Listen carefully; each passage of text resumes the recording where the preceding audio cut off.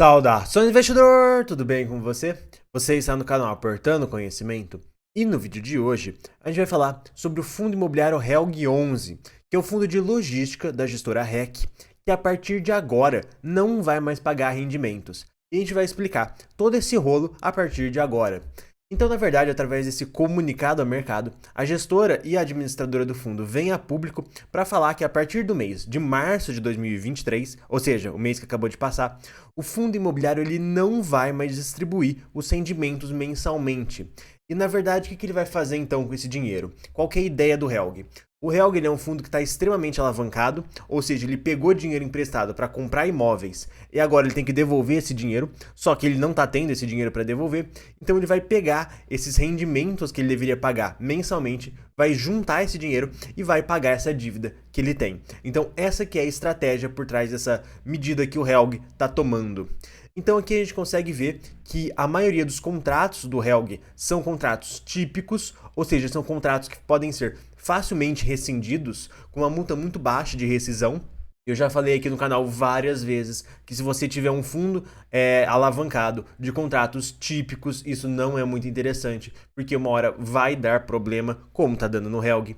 E a gente vê também que uma pequena porcentagem só deles são contratos atípicos. São contratos que têm uma multa muito grande caso o inquilino queira sair, de modo que o inquilino acaba não saindo porque não compensa financeiramente para ele.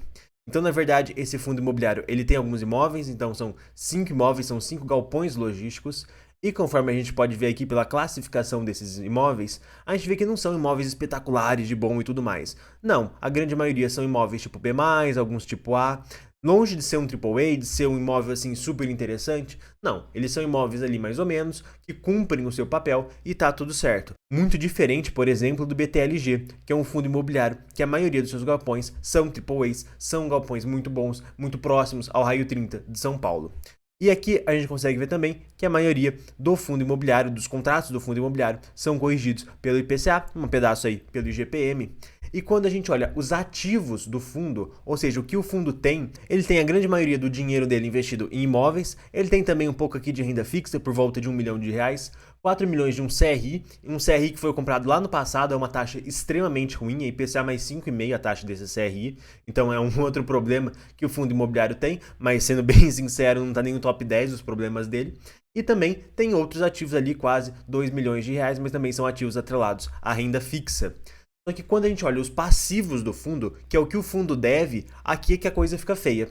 A gente consegue ver que ele fez uma compra de um imóvel e parcelou essa compra em algumas parcelas com o comprador. E ele precisa pagar R$58 milhões em dezembro desse ano. E a grande questão é que ele não tem a menor ideia de onde ele vai tirar esse dinheiro. Ele tem uma outra dívida que é de CDI mais 3%, uma dívida um pouco menor de R$13 milhões, um pouquinho menor do que isso. Então aqui a gente consegue ver que se a gente somar todos os ativos do fundo e tirando aqui a alavancagem, a gente chega na conclusão que esse fundo imobiliário está 30% alavancado, 31% alavancado. O que pode ser um grande problema para esse fundo imobiliário, porque agora ele está tendo que parar de pagar rendimentos para tentar dar um jeito nessa dívida aqui, para tentar pagar isso daqui, mas seria muito mais interessante ele vender um imóvel, por exemplo. E a gente vai falar disso exatamente agora. Então, na verdade, qual que foi o grande erro do Helg? O Helg, ele acabou se alavancando muito num momento muito errado. Porque agora ele precisa de dinheiro para pagar aqueles 50 milhões, quase 60 milhões que ele está devendo. E como que ele vai fazer isso? Bem, existem algumas formas que ele pode fazer. Ele pode chamar uma nova emissão. Ele pode virar para os investidores e falar, gente, a gente precisa pagar isso daqui, vamos emitir mais cotas, quem quiser comprar, vamos que vamos. A questão é, a cota do Helg já está extremamente descontada. Se ele fizesse uma emissão agora, seria uma emissão muito grande e extremamente abaixo do valor patrimonial. Isso seria muito danoso para o investidor, porque com isso ele perderia muito dinheiro caso ele não participasse da emissão. Então, uma emissão abaixo do patrimonial é como você botar uma faca no pescoço do investidor e meio que forçar ele a participar dessa emissão para ele não perder dinheiro. Então, não é uma coisa muito boa, é uma coisa extremamente mal vista. O Helg, inclusive no passado, tentou fazer uma emissão abaixo do patrimonial e foi muito castigado por isso. Castigado, eu digo, na parte de cair as suas cotas, porque muita gente deixou de investir nesse fundo imobiliário. Falou, não, pô, ele fica fazendo emissão abaixo do patrimonial, eu não vou investir num fundo assim. Então muita gente acabou saindo desse fundo imobiliário nessa época. Então ele optou por não fazer essa emissão abaixo do patrimonial, que realmente destruiria muito valor para o investidor. Ele poderia também fazer uma segunda coisa, que é uma coisa muito mais lógica, que é vender um imóvel. Poxa, ele não tem esses quase 60 milhões de alavancagem para pagar em dezembro? Tá bom, ele vende um imóvel, ele pega esse dinheiro e paga essa alavancagem. Essa dívida não tá ali no balanço dele só por tá. Não, ele utilizou para comprar um imóvel. Ele pode ir lá, vender esse imóvel, pegar esse dinheiro e pagar essa dívida. E aí fica a grande pergunta, por que ele não vendeu o imóvel? Bem, porque no momento atual a taxa de juros está muito alta, isso faz com que a taxa de desconto sobre os imóveis seja muito grande. O valor dos imóveis acaba sendo muito pequeno comparado com quanto eles realmente podem valer quando essa taxa de juros cair. Então, na verdade, o que a gente está vendo no mercado atual? Nenhum fundo imobiliário está vendendo imóveis, obviamente com exceção do HGRU. O HGRU ele tem uma situação muito particular, que ele comprou imóveis nas pernambucanas extremamente barato, então mesmo no cenário atual ele está conseguindo vender com lucro extraordinário. Não é o caso de qualquer outro fundo imobiliário.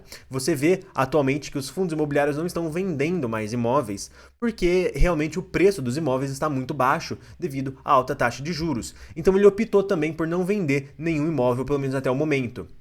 E aí teria também uma terceira opção, que é você zerar os rendimentos. É você pegar todo esse dinheiro do rendimento e utilizar para pagar a dívida. E aí surge aquela dúvida muito importante, falando, mas o fundo imobiliário ele não é obrigado por lei a distribuir 95% do lucro dele? Como que ele vai simplesmente parar de pagar rendimentos? E sim, ele é obrigado por lei a pagar 95%, mas conforme a gente consegue ver aqui na DRE, a gente consegue ver que a despesa financeira vem antes do lucro. Então se ele acabar pagando mais esse dinheiro, se ele fizer um contrato lá, se ele acertar melhor esse reperfilamento da dívida e fizer um contrato dele pagar um determinado valor mensalmente, ele pode simplesmente ir para um lucro de zero. E aí ele não precisaria pagar nada. Então sim, teria como ele fazer isso.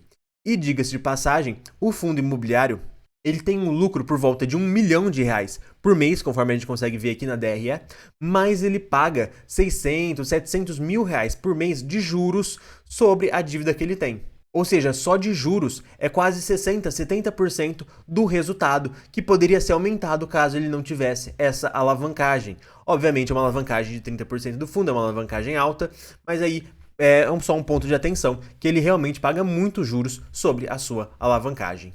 Então, na verdade, o que eu acho que vai acontecer com o Helg para os próximos meses? Bem, muito provavelmente ele vai parar de pagar rendimentos, ele, na verdade, não vai fazer isso de uma hora para outra, ele solicitou uma consulta formal aos investidores, perguntando aos investidores qual que é a opinião deles, e aí sim tomar essa decisão, mas muito provavelmente ele vai zerar os rendimentos no momento atual e vai tentar desesperadamente vender o imóvel, mesmo que a um preço meio ruim, porque as coisas já estão tão ruins para o Helg que talvez vender um imóvel a um preço baixo não seja o pior dos problemas. Isso aí talvez gere valor para o fundo imobiliário, considerando que com isso ele possa talvez voltar a pagar rendimentos assim que ele dá um jeito de pagar aquela dívida. E vale só destacar por que essa dívida tão alta de quase 60 milhões vence em dezembro de 2023, uma pancada só. Bem, isso na verdade era uma estratégia que o Helg tinha lá atrás, que na verdade ele chegou à conclusão que ele conseguiria fazer novas emissões ao longo do tempo para ir pagando essa dívida. Acontece que o mercado de fundos imobiliários como um todo acabou virando e acabou caindo bastante, as cotas acabaram ficando abaixo do valor patrimonial, não só do Helg, como de vários outros fundos imobiliários. Isso dificultou novas emissões, de modo que ele não conseguiu captar esse dinheiro.